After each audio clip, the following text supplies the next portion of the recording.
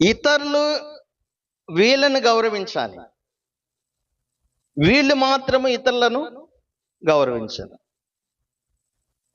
వీళ్ళు స్వార్థప్రియులు ఎటువంటి వాళ్ళంటే జనాలు వీళ్ళకి రెస్పెక్ట్ ఇవ్వాలి, కానీ వీళ్ళు రెస్పెక్ట్ ఇవ్వరు. జనాలు వీళ్ళని ప్రేమించాలా, కానీ వీళ్ళు ప్రేమించను.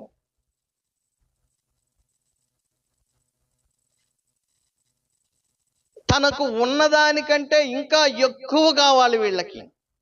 అది రెస్పెక్ట్ అయినా, లవ్ అయినా, అంటే ప్రేమైనా, గౌరవమైనా, గొప్పతనమైనా, ఇంక ఏదైనా సరే తమకు ఉన్నదానికంటే ఎక్కువగా ఆశిస్తారు వీళ్ళు.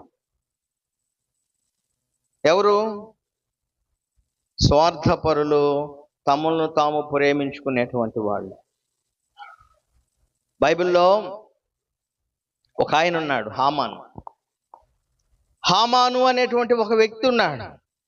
ఈ హామాను అప్పటిలో మోస్ట్ పవర్ఫుల్ కింగ్. జెరిక్సెస్ అంటారు, అహష్వరోషు. అలాగే తన డైనాసిటీ ఏంటంటే పర్షియన్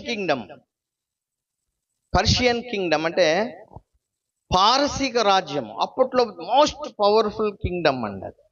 బబులోనీల తర్వాత most powerful Kingdom and also most powerful king.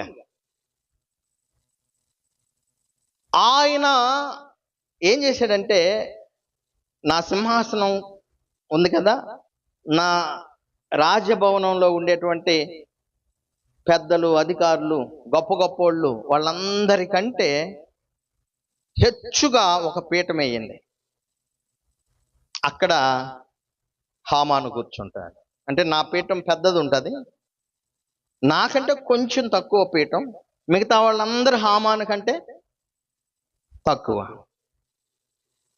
హామానును అంత పెద్ద డైనాసిటీలో, అంత మంచి రాజ్యములో ఒక ఉన్నతమైన స్థానం ఆయనకి ఇవ్వబడింది. హామానుకు ఉన్నతమైన స్థానం ఇవ్వబడింది. ధనికుడు, ధనవంతుడు. ఎస్తేరు గ్రంథము 3వ అధ్యాయము. ఈయనకున్నటువంటి ఈ గొప్పతనం ఏంటంటే అందరికంటే హెచ్చైన స్థానము. అంతేకాదు, ఎవరైనా సరే రాజగుమ్మము దగ్గర హామానును చూచినప్పుడు మోకాళ్ళు 2 నేలకు వంచి ఆయనకు నమస్కారం చేయాలి. It's like A worship. అంటే ఒక దేవుడికి మొక్కినట్లు హామానుకు మొక్కాలి. అంతేకాదు, ఈయన గొప్పతనాన్ని గురించి 5వ అధ్యాయం 11వ వచనం ఒకసారి చూద్దాం. ఎస్తేరు గ్రంథము 5వ అధ్యాయము 11, 12 వచనాలు. తనకు కలిగిన గొప్ప ఐశ్వర్యమును గూర్చియు, చాలా మంది పిల్లలు తనకుండుటను గూర్చియు, రాజు తన్ను ఘనపరిచి రాజు క్రింద నుండి అధిపతుల మీదను సేవకుల మీదను తన్ను ఎలాగో పెద్దగా చేసినో దానిని గూర్చియు, ఆ తర్వాత ఎస్తేరు తనను భోజనానికి పిలిచిన విషయము.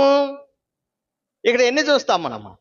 హామానుకున్నటువంటి గొప్పతనాన్ని మీరు ఆలోచన చేస్తే, ఆ పెద్ద డైనాసిటీలో, ఆ కింగ్డంలో రాజు తర్వాత రాజంత స్థానాన్ని పొందినటువంటి వాడు.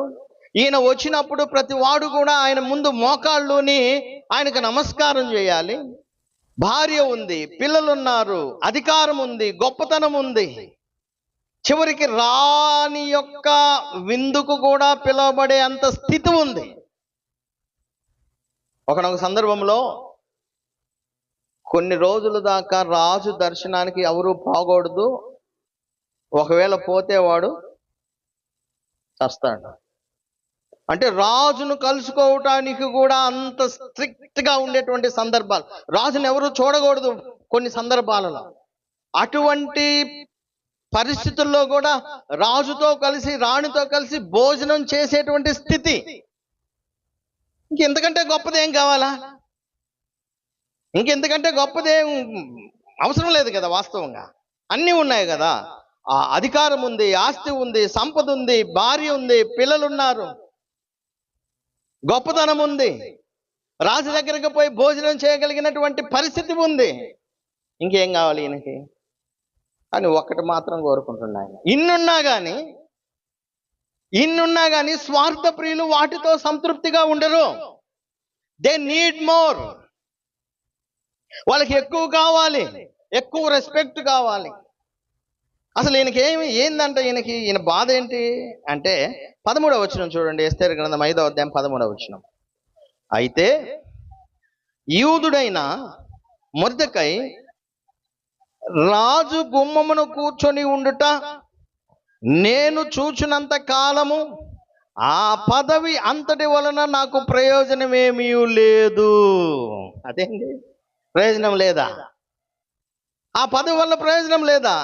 ఎందుకు లేదు? ఈయనకి ఆస్తి ఉంది కదా, అధికారం ఉంది కదా, గొప్పతనం ఉంది కదా, జనాలు వచ్చి మోకాళ్ళ మీద కూర్చుంటున్నారు కదా, పిల్లలు ఉన్నారు కదా, భార్య ఉంది కదా, ఐశ్వర్యం ఉంది కదా, ఇంకేం కావాలి నీకు? ఏం కావాలంటే ఒక ఆయన ముందు మోకాళ్ళు ఉనాల. ఎవరు ఆయన? మొర్దెకై. ఎందుకు మొర్దెకై మోకాళ్ళు ఊనట్లేదంటే యూదులు దేవుడి దగ్గర తప్ప మనిషిని దేవుళ్ళలాగా మోకాళ్ళు చేయరు. That's his problem. He can respect the authorities. అంటే మొర్దెకై అధికారాలను గౌరవిస్తాడు, కానీ దేవునికి వ్యతిరేకంగా ఏమి చేయడు. అంతే ఆయన చేసింది. ఇప్పుడు హామాను వాస్తవంగా తను తాను గొప్పోడిని, తను తాను ప్రేమించుకునేవాడిని అని అతను అనుకోకపోతే సింపుల్గా ఏం చేశాడంటే ఆయన అప్పటికి తెలుసు అతడు ఎవరు? యూదులు. యూదుల కస్టమ్స్ కూడా తెలుసు, యూదుల యొక్క ఆచారాలు తెలుసు. యూదులు మనుషులకి ఆరాధన చేయరు, దేవునికి ఆరాధన చేస్తారు. కాబట్టి ఈ మనుషుడు అందుకే నా ముందు మోకాళ్ళు ఉండట్లేదని చెప్పి దాన్ని పెద్దగా పట్టించుకోవాల్సిన అవసరం హామానికి లేదు. వెళ్ళిపోవచ్చు, ఆయన పని ఆయన చేసుకోవచ్చు. కానీ హీ నీడ్స్ దట్ ఓన్లీ. కానీ అతనికి కావాల్సింది ఏంటంటే అదే కావాలి, అతనికి అదే కావాలి. స్వార్థ ప్రియులు, తమను తాము ప్రేమించుకునేటువంటి వాళ్ళు ఇతరుల నుంచి రెస్పెక్ట్ కోరుకుంటారు, కానీ వీళ్ళు మాత్రం వాళ్ళను రెస్పెక్ట్ చేయరు. ఇప్పుడు నువ్వు అతని నుంచి అది కోరుకుంటున్నావు కదా, మరి నువ్వు కూడా అతని యొక్క విశ్వాసాలకు ఏం చేయాలి? గౌరవించాలి కదా. ఇప్పుడు నువ్వు ఎదుటివారిని ప్రేమించేవాడవైతే నిన్ను వాళ్ళు రెస్పెక్ట్ చేయాలి, నిన్ను గౌరవించాలి, నీ ఆలోచనలకు వాళ్ళు తలొగ్గాలి అనుకుంటావు. మరి వాళ్లకు నువ్వు తలొగ్గవా? వాళ్ళ ఆలోచనలు నువ్వు అంగీకరించవా? వాళ్ళను నువ్వు గౌరవించలేవా? వాళ్ళు నిన్ను ప్రేమిస్తున్నట్టు వాళ్ళను నువ్వు ప్రేమించలేవా? ప్రేమించట్లేదు, గౌరవించట్లేదంటే అర్థం ఏంటంటే వీళ్ళు స్వార్థ ప్రియులు. రెస్పెక్ట్ కోరుకుంటారు, లవ్ కోరుకుంటారు, ఫర్గెట్ కోరుకుంటారు, ఫర్గివ్ కోరుకుంటారు, కానీ ఇవేమి ఎదుటి వారికి చేయరు. అందుకే యేసుక్రీస్తు ఏమంటాడు? ఇతరులు నీకేం చేయాలని నువ్వు కోరుకుంటావో మొదట నువ్వు వారికి అది చెయ్యి.